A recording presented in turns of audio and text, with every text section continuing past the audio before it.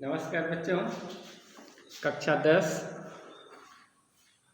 भौतिक विज्ञान में हमने प्रकाश के परावर्तन की चर्चा करनी है, जिसमें हमने समतल दर्पण से प्रकाश के परावर्तन को जाना है, समझा। अब उसके आगे की चर्चा के लिए अगर हम अपने दैनिक जीवन में देखें तो बहुत सारी घटनाएं हैं जो हमारे आसपास होती रहती हैं, जिनको हम रोज देखते रहते हैं, लेकिन विचार थोड़ा कम करते हैं। जैसे ये कहें किसी 2 पहिया या 4 पहिया से हम सफ़र कर रहे हों तो उसके दोनों तरफ आप देखें तो पीछे देखने के लिए साइड ग्लास लगे होते हैं। वहाँ पर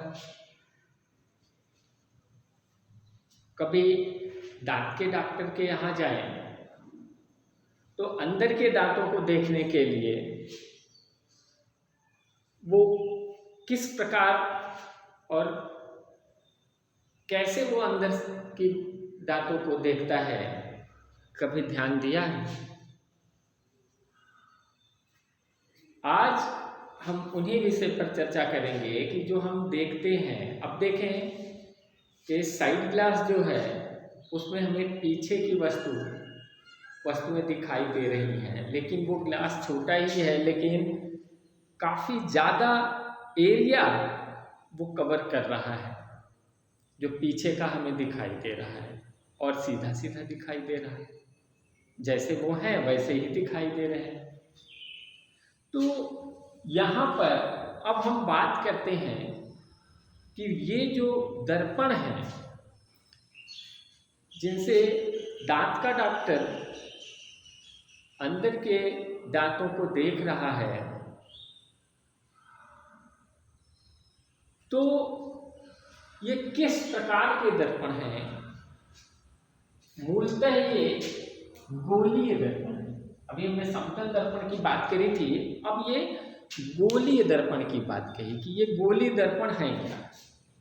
अब इस पर अगर हम देखें तो यहाँ हमने एक चित्र बनाया हुआ है और इस चित्र में देखें तो एक गोला हमने बनाया है। अब गोले से किसी एक भाग को काट लिया गया, गोले से एक भाग को देखें यहाँ से काट लिया गया, इधर वाला भाग, और गोले का ये इधर वाला भाग ऐसे काट लिया गया। तो देखें यहाँ पर एक गोले को काट लिया गया और उसकी काटने के बाद उसकी एक सतह को पेंट कर दिया गया। एक तरफ की सतह को ये चिकना रखा गया, लेकिन एक तरफ की सतह को पेंट कर दिया गया है। तो यहाँ पर देखिए, हमने यहाँ पर आपके सामने ये हम 2 दर्पण लिए हुए हैं। देखें, एक का ये धंसा हुआ भाग चिकना है और उभरा हुआ भाग क्या किया गया है, पेंट कर दिया गया है। दूसरे का उभरा हुआ भाग देखें चिकना है और धंसा हुआ भाग इसका पेंट कर दिया गया है। अब यहाँ पर देखें तो जिसका धंसा हुआ भाग चिकना है और उभरा हुआ भाग पेंट किया हुआ है, उसको हम क्या कह रहे हैं, अवतल दर्पण। दूसरा उसके विपरीत कि जिसका उभरा हुआ भाग चिकना है और धंसा हुआ भाग जो है ये पेंट किया गया है, इसको हम कह रहे हैं कि ये उत्तल दर्पण है। तो अब यहाँ पर देखें कि ये तो हो गए हमारे अवतल और उत्तल दर्पण। अब यहाँ इनसे संबंधित कुछ चीज़ों को हम लोग समझें कि जिस गोले से इनको काटा गया है उसका कहीं केंद्र बिंदु होगा, उसका कहीं केंद्र बिंदु होगा। क्योंकि ये वक्र है तो इसको हम क्या कहते हैं, वक्रता केंद्र कहते हैं। जहां उसका वो केंद्र बिंदु है वो क्या है हमारा, वक्रता केंद्र, जिसको हम C से रिप्रेजेंट करते हैं। दूसरा, अब ये जो ये दर्पण है, इस दर्पण का चाहे वो उत्तल हो चाहे वो अवतल हो, जो ये काटा हुआ भाग है, काटा हुआ भाग है, इसका कहीं अपना केंद्र बिंदु होगा। उसको हम क्या कह रहे हैं, ध्रुव कहते हैं, जिसको हम P से रिप्रेजेंट करते हैं, जिसको हम पोल कहते हैं। तो बात समझ में आ रही है कि ये जो धंसा हुआ भाग है इसका कहीं केंद्र बिंदु है, या उभरा हुआ भाग है इसका कहीं केंद्र बिंदु है, तो उसको हम क्या कह रहे हैं कि ध्रुव कह रहे हैं, जो यहाँ पर देखिए चित्र में दर्शाए गए हैं। अब ये देखिए ये ध्रुव होता है। इन अवतल दर्पण, जैसे हमने यहाँ पे दिखाया कि अवतल दर्पण है, अगर हम यहाँ से प्रकाश की किरण इस पर डालें तो ये यहाँ से परावर्तित होकर जिस बिंदु पर मिल रही है उसको हम क्या कह रहे हैं, मुख्य फोकस कह रहे हैं। यही हमारा उत्तल दर्पण के लिए भी है कि ये किरणें डाली जा रही हैं और ये देखें जहां से ये आती हुई प्रतीत हो रही है, ये क्या है हमारा, ये मुख्य फोकस है उत्तल। यहां से ये देखें चाहे जितनी भी किरणें डालें वो परावर्तन के पश्चात एक बिंदु पर मिलेंगी, वो क्या होगा हमारा मुख्य फोकस। आप सभी के, ज्यादातर लोगों के घर पे DTH लगा होगा, उसको देखें कि ऊपर जो छतरी लगी हुई है, डिश लगी हुई है, उस डिश को अगर आप देखें तो आपको थोड़ा सा आसानी हो जाएगी समझने में कि जो ये डिश लगी हुई है हमारे घर के ऊपर इस तरीके से ये स्टैंड लगा करके, अब यहाँ पर देखें कि ये डिश जो है इससे जो ये सिग्नल्स आ रहे हैं वो सभी परावर्तित होकर के एक देखें माइक्रोमा एक संरचना लगी हुई है उसके ठीक सामने कुछ दूरी पर, वो किसको रिप्रेजेंट कर रहा है, वो मुख्य फोकस को ही रिप्रेजेंट कर रहा है, क्योंकि कहीं पर भी इस छतरी पर किरणें पड़ेंगी वो परावर्तन के पश्चात इसी बिंदु पर आएंगी, तभी वो सिग्नल हमें मिल पाएंगे, अन्यथा नहीं मिल पाएंगे। अगर इनमें कोई भी गड़बड़ी हुई, इनके एंगल में कुछ भी चेंजेस हुए, परिवर्तन हुए, तो तुरंत सिग्नल नहीं मिलेगा हमें। अब यहाँ पर बात वही हो रही है कि देखें कि परावर्तन के पश्चात वो कहाँ जाता है, मुख्य फोकस पर, क्योंकि वो अवतल दर्पण टाइप का लगा हुआ है। दर्पण तो हम नहीं कह सकते लेकिन अवतल है, वहां से किरणें टकरा करके फिर परावर्तित हो रही है। वो ध्वनि या जिसको हम कहें कि तरंगे आ रही हैं, वो तरंगे परावर्तित होकर के इस बिंदु पर जा रही हैं, जो रिसीवर है उसका वो वहां पर मिल रही है। तो वो हमारा क्या है, उसको हम क्या बोलते हैं, मुख्य फोकस। तो ये देखिए अवतल दर्पण के लिए ये मुख्य फोकस ये है, F से रिप्रेजेंट किया गया है फोकस F से। वही हमारा उत्तल दर्पण के लिए ये दर्पण के पीछे होगा और अवतल के लिए दर्पण के सामने ही होगा, इसलिए यहाँ पर दर्पण के सामने ही है। तो हमने समझा वक्रता केंद्र, ध्रुव, फोकस, इनको हमने समझा। अब यहाँ पर एक चीज है, मुख्य अक्ष क्या है। मुख्य अक्ष एक काल्पनिक अगर रेखा हम खींचें जो कहाँ से जाए, वक्रता केंद्र और ध्रुव से होकर के जो गुजरती हुई जो रेखा हो, वो एक काल्पनिक रेखा हमने खींची है कि ये एक रेखा जो मुख्य अक्ष कही जाएगी, लेकिन ये वक्रता केंद्र और ध्रुव से होकर के गुजरे तो उसको हम क्या कहते हैं, मुख्य अक्ष कह रहे हैं। अब देखें कि ध्रुव और केंद्र जो है, ध्रुव और वक्रता केंद्र, इसके बीच एक दूरी होगी जिसको हम क्या बोल रहे हैं, ये इसको वक्रता त्रिज्या कहते हैं, क्योंकि यही त्रिज्या है, ये त्रिज्या है। कहीं भी इसकी डिस्टेंस देखेंगे आप समान होंगी, तो ये क्या है, वक्रता त्रिज्या है, क्योंकि ये उस गोले का केंद्र बिंदु है और ये उसके गोले की परिधि पर है जो ध्रुव है। तो ये हमारा क्या है, वक्रता त्रिज्या कही जा रही है, जिसको हम P और C, यानी कि P से C तक के बीच की जो दूरी है वो हमारी क्या है, वक्रता त्रिज्या है। और P से ये F जो जहां उसका फोकस होगा, P से F के बीच की दूरी जो है उसको हम क्या बोल रहे हैं कि ये फोकस दूरी है। P से F के बीच की जो दूरी है वो क्या है, फोकस दूरी है। तो यहां पर हमने वक्रता त्रिज्या और फोकस दूरी को समझा। यहां एक चीज और आती है कि ये इसमें ये कह रहे हैं कि ये जो वक्र भाग, ये हमारा चाहे वो उत्तल है चाहे वो अवतल दर्पण है, इसका द्वारक कितना बड़ा है, जो ये देखें कि जो ये कटा हुआ भाग है इसके बीच की जो दूरी है, कहने का मतलब कि इसमें आप देखें तो यहां से यहां तक का जो ये, जिसको हम कह सकते हैं कि जहां से हमने इसको काटा है, अधिकतम जो ये लंबाई है इसकी, उसी को हम कह रहे हैं कि ये द्वारक है।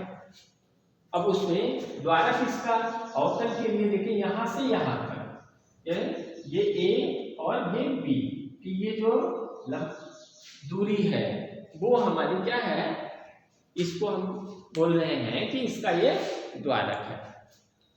अब यहां पर देखें कि हमने इन टर्म्स को समझा कि इसमें फोकस क्या है, वक्रता त्रिज्या क्या है, वक्रता केंद्र क्या है, ध्रुव क्या है। अब हम इसमें समझते हैं कि जब ये, एक बात और इसमें समझ लें कि ये जो उत्तल दर्पण है और अवतल दर्पण है, देखिए उत्तल दर्पण हमारा ये जो है ये किरणों को फैलाने का कार्य करेगा, ये किरणों को क्या करेगा, फैलाने का कार्य करेगा। जबकि अवतल दर्पण जो है हमारा वो किरणों को सिकोड़ने का कार्य करेगा। तो देखें अवतल के लिए है, तो ये जो किरणें आ रही हैं वो सिकुड़ रही हैं, देखें ये सिकोड़ने का कार्य कर रहा है और ये फैलाने का कार्य कर रहा है। अब यहां से इसको अभिसारी और अपसारी भी कहते हैं, ये आपका अपसारी है और ये अभिसारी है, क्योंकि ये किरणों को फैला रहा है एक, और एक किरणों को क्या कर रहा है, सिकोड़ रहा है। इसमें आप देखें साधारण तरीके से, आप टार्च का उदाहरण लें कि अगर टार्च हो तो आप देखें वो बड़ी दूर तक फोकस उसका जा रहा है, यानी कि उससे जो प्रकाश निकल रहा है वो काफी दूर तक जा रहा है। उसमें भी हम इनका ही प्रयोग करते हैं। तो अब यहाँ पर देखें कि इनके कुछ नियम हैं कि ये परावर्तन के अपने कुछ नियम हैं, गोली दर्पण के लिए परावर्तन के कुछ नियम हैं। तो इनको अब हम कैसे समझेंगे। अब यहाँ पे नियम में कि ये कहा जा रहा है कि अगर हमारा कोई देखें उत्तल होगा या अवतल होगा, ये देखें अवतल दर्पण, दूसरा हमारे पास उत्तल दर्पण। अब देखें कि इसमें ये कहा जा रहा है कि उसके परावर्तन का जो नियम है, किरण आरेख का जो नियम है कि किरणें किस किस तरीके से परावर्तित होकर के कहाँ जाएंगी, तो उस पर अगर हम देखें तो ये कहा जा रहा है कि पहला नियम हमारा ये कहता है कि ये जो हमारा मुख्य अक्ष है, ये देखें मुख्य अक्ष है, ये मुख्य अक्ष के जो समांतर किरण अगर आपतित हो रही है, ये देखिए मुख्य अक्ष के समांतर जो किरण आ रही है वो परावर्तन के पश्चात, ये वक्रता केंद्र है और ये फोकस है, इसका यहाँ पे वक्रता केंद्र होगा, यहाँ इसका फोकस होगा। तो अब यहाँ पर देखें तो हम ये कह सकते हैं कि यहाँ इस क्रम में एक अपसरित करेगा, एक क्रमशाली है, ठीक है। तो अब यहाँ से पहला नियम जो ये कह रहा है किरण आरेख के लिए कि अगर मुख्य अक्ष के जो समांतर किरण आपतित होगी वो परावर्तन के पश्चात अवतल दर्पण के लिए, ये अवतल दर्पण के लिए वो फोकस से होकर के गुजरेगी, लेकिन यहीं पर उत्तल के लिए क्योंकि ये किरणों को फैला दे रहा है और ये हमें यहाँ फोकस से आती हुई प्रतीत होगी। यहाँ पर लिखा गया है कि दर्पण के मुख्य अक्ष के समांतर प्रकाश किरण जो आएंगी वो परावर्तन के पश्चात अवतल दर्पण के मुख्य फोकस से गुजरेगी। अवतल दर्पण के देखें मुख्य फोकस से गुजर रही है और वही उत्तल दर्पण के लिए मुख्य फोकस से अपसरित होती प्रतीत होगी, यानी कि यहां से ये हमें आती हुई प्रतीत होगी। अब देखें कि दूसरा, अगर हम कहें कि यही विपरीत हो, यही नियम में थोड़ा सा परिवर्तन अगर हम कहें कि ये जो किरण आ रही है वो फोकस से आ रही है, यानी कि फोकस से, मुख्य फोकस से आ रही है, ये देखें तो ये उल्टा क्रम, ये पहले नियम का ये उल्टा है कि क्या हो रहा है कि अवतल दर्पण के मुख्य फोकस से जो गुजरने वाली किरण है वो क्या होगी, परावर्तन के पश्चात, परावर्तन के पश्चात वो मुख्य अक्ष के समांतर हो जाएंगी। वही चीज अवतल दर्पण के लिए ये था। उत्तल में भी इसको अगर हम देखें कि उत्तल दर्पण के मुख्य फोकस की ओर, जैसे जो मुख्य फोकस की ओर निर्देशित हो रही है जो किरण, वो परावर्तन के पश्चात क्या हो रही है, मुख्य अक्ष के समांतर हो जा रही है। तीसरा, अगर हम कहें कि ये जो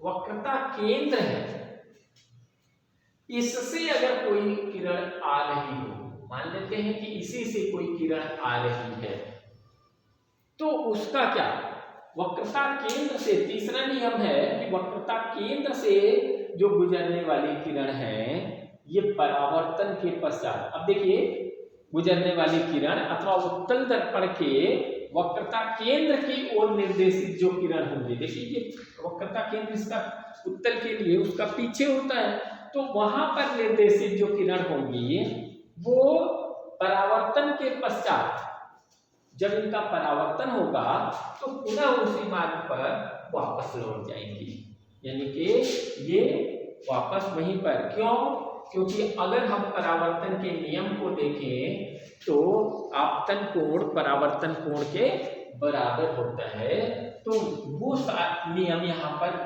सब दशाओं में लागू हो रहा है। तो यहाँ देखें तो अभिलंब क्या होगा, अभिलंब भी यही होगा और इसी पर किरण आ भी रही है, यानी कि आपतन कोण कितना है, 0 अंश का है, इसलिए परावर्तन कोण भी क्या होगा, वो भी 0 अंश का होगा।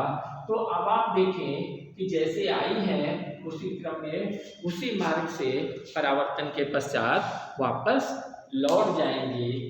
तो इससे हम ये कह सकते हैं कि देखिए ये गोली दर्पण से परावर्तन के नियम हैं कि किस तरीके से हम किरण आरेख देखेंगे कि कैसे किरणें आ रही हैं और इस गोली दर्पण से, चाहे वो अवतल होगा चाहे वो उत्तल होगा, उससे परावर्तित होकर कहाँ पर जाएंगे, कहाँ मिलेंगे, किस रास्ते से होकर के गुजरेंगे, वो यहाँ पर समझाया गया, बताया गया।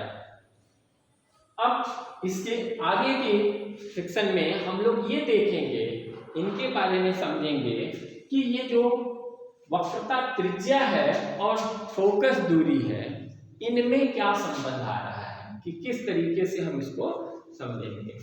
तो इसको हम लोग अगली क्लास में देखेंगे। तो इतना ध्यान में रखेंगे हम लोग। धन्यवाद।